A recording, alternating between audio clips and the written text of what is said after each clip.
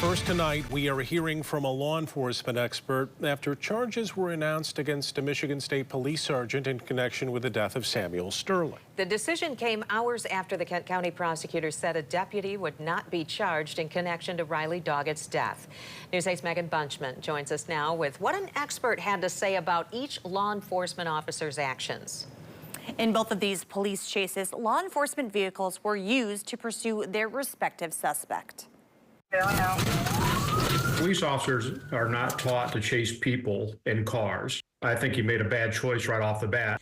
Former longtime police chief and training consultant Dr. Roy Taylor says he's surprised that a Kent County deputy was not charged this week in connection to the death of Riley Doggett. Continuing to pursue the young man in the vehicle and attempting to cut him off, again, that's not something police officers are trained to do. After dash cam footage shows the deputy pursuing a stolen Range Rover that reached speeds nearly double the listed limit in the Wyoming area before the driver and Doggett, who was the passenger, ran away on foot.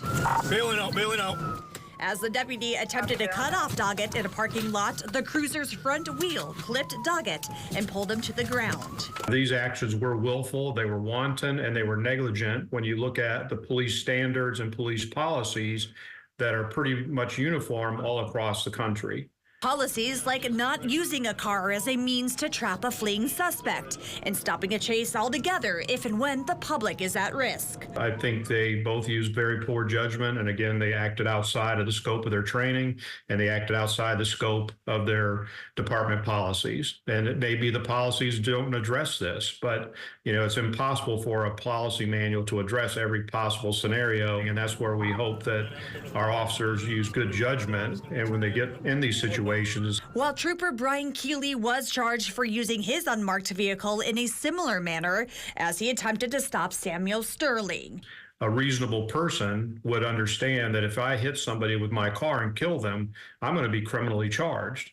Both Sterling and Doggett died as a result of these crashes, but only Trooper Keeley was charged. Prosecutors have discretion about what they're going to charge and what they're not going to charge, but there are standards that are in place. And reviewing prosecutors typically apply a higher standard of whether the charge can be proven beyond a reasonable doubt at a trial with the information known at the time, says defense attorney Sarissa Montag. There are standards that are put in place for prosecuting offices to guide essentially whether or not charges are going to be issued. And I think it's important to know that those standards exist and generally are followed. And I think that that's how you can see two cases that on the surface are very similar, but one gets treated one way, one gets treated another.